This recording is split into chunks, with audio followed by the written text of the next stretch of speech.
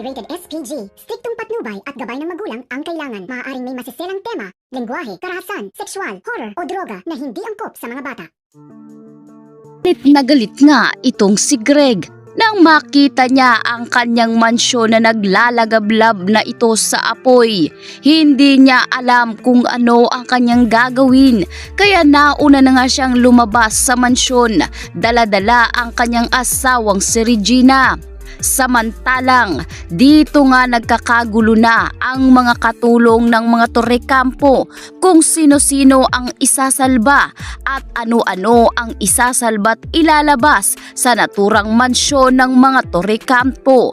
Palaisipan ngayon kung sino ang may salarin sapagkat wala ngang may gustong umamin. Kaya agad-agad kinuha nga nitong si Thea ang kanyang anak na itong si Ashley. Sabay punta sa labas, ngunit tila kaakibat nito ang palihim ng ngiti nitong si Thea.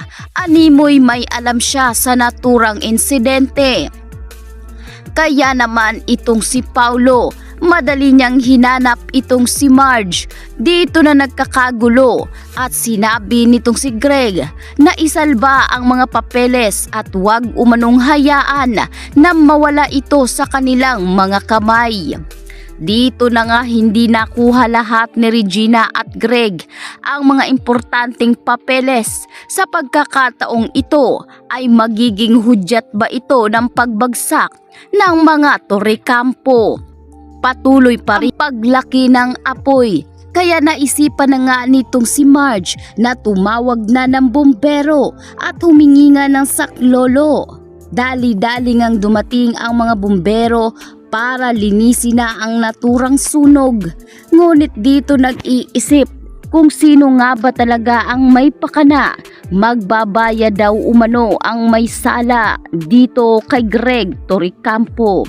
Umiiyak naman itong si Regina sa paghihinayang sa naturang mansyon. Mahaba umanong panahon na ginugol nila para maitayo ang tahanang kanilang tinitirahan. Ngunit ang masaklap ay itong si Thea. Agad itong lumapit dito kay Regina. Sabay sabi na siguro ay si Marge ang may pakana nito dahil si Marge lang naman ang may matinding galit sa mga Torrecampo.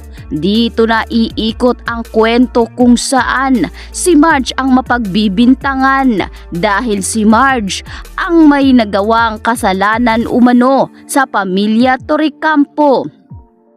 Ngunit mariin itong itinatanggi ni Marge. Oo umano, galit siya sa mga Torrecampo, pero hindi ibig sabihin nito ay kaya niya ng manakit at manunog ng ari-arian ng iba. Hindi umano ito dahilan para pagbintangan siya. Hindi porket nagkakagulo silang pamilya ay sa kanya na ibubuntong ang lahat ng kasalanan. Kaya naman itong si Regina ay talagang pinaninindigan niya. Oras umano na malaman ni Regina at Greg na may kinalaman si Marge sa nangyaring aksidente ay sisiguraduhin umano ni Regina na hindi na makakalaya pa itong si Marge. Nakikiusap naman ngayon si Paulo sa kanyang inang si Regina na wag umanon munang pagbintangan itong si Marge. Wala pa umanong ebidensya. Kahit itong si Edward ay naniniwala na hindi ito magagawa nitong si Marge. Kaya naman humupa na ang tensyon. Dito na lamang nila malungkot na pinagmamasdan ang mansyon ng mga Torrecampo na sunog na at wala na ngang mapapakinabangan. Ngunit ganun pa man ay dito nga ngayon sinisisi ni Regina ang kanyang asawang si Greg dahil mismo ang bahay ang saksi sa lahat ng mga pagkakamali nitong si Greg. Hindi na nga raw alam nitong si Regina kung bakit nangyayari ito sa kanilang pamilya. Pinarurusahan nga ba raw sila ng taas dahil sa mga kasalanang ginawa ni Greg ay sinisingil na nga sila ngayon ng karma. Ngunit tahimik itong si Greg. Wala itong binibitawang ni katiting na salita dahil masama ang loob niya sa lahat ng nangyayari. Subalit aminado si Greg na siya ay makasalanan, ngunit hindi umano ito nararapat para sa kanilang kaparusahan.